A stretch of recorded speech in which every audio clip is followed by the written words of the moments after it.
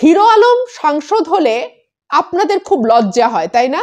আমি নিজে যে আজকে বড় গলায় হিরো আলমের পাশে দাঁড়াচ্ছি, আমার নিজের কি সেই মানসিক জোর আছে এত ট্রোল, এত হাসাহাসি, এত নেগেটিভিটির মধ্যে মাথা উঁচু করে দাঁড়াবার? লজ্জাজনকভাবে ফলাফল চুরি হয়েছে। হিরো আলমকে নিয়ে সমাজে নানান রকম কথা আছে, তর্ক বিতর্ক আছে। সমাজে এক শ্রেণীর শিক্ষিত মধ্যবিত্ত সোকল কালচার্ড ক্লাস আছেন যারা হিরো আলমকে নিতে পারেন না। আপনারা একবার চিন্তা করে দেখুন তো, হিরো আলমকে গড গিফটেড যে জিনিসগুলোর কথা আমরা বলি, পরিবার বলেন, অর্থকড়ি বলেন, রূপ বলেন, মেধা বলেন, মেধা অবশ্য ওনার আছে, আমি সেই ব্যাপারে কথা বলবো না, অন্যান্য যে গড গিফটেড জিনিসগুলোর কথা আমরা বলি তার কোনোটা কিন্তু তাকে দেয়া হয়নি। তিনি অবিশ্রান্ত পরিশ্রম করেছেন, তিনি দিনের পর দিন মানুষের নানান ট্রোলের শিকার হয়েছেন, হাসাহাসির শিকার হয়েছেন, নানাভাবে তাকে দমিয়ে রাখবার চেষ্টা করা হয়েছে, তুচ্ছ তাচ্ছিল্য করা হয়েছে, সমাজের নানা স্তর থেকে চোখে আঙুল দিয়ে তাকে বুঝিয়ে দেবার চেষ্টা করা হয়েছে যে তার কাজের পরিধি আসলে কতটুকু, তিনি কতটুকু কাজ করতে পারেন, ইত্যাদি ইত্যাদি। তার মতন অবস্থায় আমরা কেউ পড়লে বহু আগেই দমে যেতাম। আপনি বুকে হাত দিয়ে বলেন তো, আজকে আপনি যারা আমার ভিডিওটা শুনছেন, আপনারা কয়জন পারতেন হিরো আলমের মতন এত নেগেটিভিটিকে ডিল করতে? প্রতি মুহূর্তে ট্রোলের শিকার হয়ে, প্রতি মুহূর্তে মানুষের তাচ্ছিল্যের শিকার হয়ে, প্রতি মুহূর্তে মানুষের অবজ্ঞার শিকার হয়ে কয়জন পারতেন তার লক্ষ্যে স্থির থাকতে? পারতেন না। আমি বলছি, ডিপ্রেশনের ওষুধ খেতে হতো, ডাক্তারের কাছে যেতে হতো, পেশা পরিবর্তন করে অন্য কিছু করা শুরু করতেন, মুখ লুকিয়ে চলতেন, মানুষের সমাজে মুখ দেখাতেন না। আপনারা বেশিরভাগই তাই।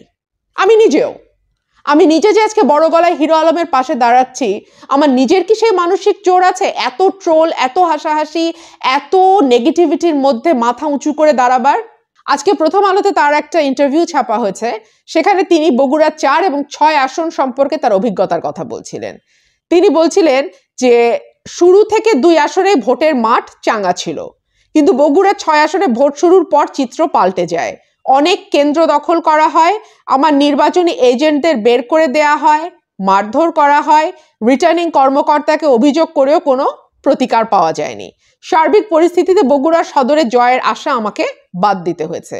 সেখানে পরিকল্পিতভাবে আমাকে হারিয়ে দেওয়ায় জামানত বাজেয়াপ্ত হয়েছে, তার এজেন্টকে বের করে দেওয়া হয়েছে, তাদের মারধর করা হয়েছে, নানান রকমভাবে ভোট জালিয়াতি হয়েছে এবং যার ফলাফল হিসেবে তিনি বগুড়া 6 আসন বা সদরে জামানত হারিয়েছেন। তবে বগুড়া 4 কাহালু নন্দীগ্রাম আসনে ভোট সুষ্ঠুভাবে হয়েছে। দেখুন, তিনি কিন্তু একবারও বলেননি যে কাহালু নন্দীগ্রামে কোনো রকম কোনো কারচুপি হয়েছে বা ভোট জালিয়াতি হয়েছে। তিনি পরিষ্কার বলেছেন কাহালু নন্দীগ্রামে ভোট সুষ্ঠু হয়েছে। তো ভোট সুষ্ঠু হলে তিনি হারলেন কেন? সেই হারাটা কিন্তু মর্মান্তিক। আমি ওনার ভাষা একটু পড়ে শোনাই, উনি কি বলেছেন প্রথম আলোকে। উনি বলেছেন এই আসলে ভোট চুরি হয়নি, লজ্জাজনকভাবে ফলাফল চুরি হয়েছে। ভোট চুরি হয়নি, ফলাফলটা চুরি হয়েছে। ভোটাররা স্বতঃস্ফূর্তভাবে কেন্দ্রে গিয়ে আমাকে বিপুল ভোট দিয়েছেন, কিন্তু তথাকথিত শিক্ষিত কর্মকর্তারা আমার মতন অশিক্ষিত মূর্খ ছেলেকে স্যার ডাকতে হবে, এতে তাদের মান সম্মান থাকবে না। শুধু এই কারণে মুহূর্তের মধ্যে ফলাফল পাল্টে দিয়েছেন। এবং এখানে তিনি যেটা অভিযোগ করেছেন সেটা হচ্ছে যে কেন্দ্র ছিল 1 থেকে 49 পর্যন্ত, এর মধ্যে 1 থেকে 39 পর্যন্ত কেন্দ্রের ফলাফল খুব সুষ্ঠুভাবে ঘোষণা করা হয় এবং 1 থেকে 39 পর্যন্ত কেন্দ্রের যে ফলাফল ছিল তাতে হিরো আলম এগিয়ে থাকেন এবং তিনি জয়লাভ করেন 1 থেকে 39 পর্যন্ত। কিন্তু শেষের যেই 10টি আসন, 40 থেকে 49 পর্যন্ত যে 10টি আসন, সেই 10টি আসনের কোনো ফলাফল তারা কেন্দ্রভিত্তিক ঘোষণা করেনি, বরং তারা তাড়াহুড়ো করে হঠাৎ করে সেখানে আরেকজন যে প্রার্থী জাসদের AKM রেজাউল করিম, তাকে মশাল প্রতীকে বেশি ভোট দেখিয়ে জয়ী ঘোষণা করে। হিরো আলম কিন্তু পারলে এখানেই থেমে যেতে পারতেন, আর কেউ হলে হয়তো এখানেই থেমে যেত, কিন্তু না, তিনি দৃঢ়ভাবে বলেছেন তিনি হাইকোর্টে যাবেন, তিনি মামলা করবেন এবং তিনি দেখে নেবেন যে এই ফলাফলে আসলে কি ধরনের কারচুপি হয়েছে। হিরো আলমের সাংসদ হওয়া নিয়ে এক ধরনের নাক সিটকানো ভাব আছে কালচার্ড মধ্যবিত্তের। তারা ভাবে এই জায়গাটা কেবলমাত্র তাদের দখলেই থাকবার কথা। জায়গাটা কি আসলেই তাদের দখলে আছে?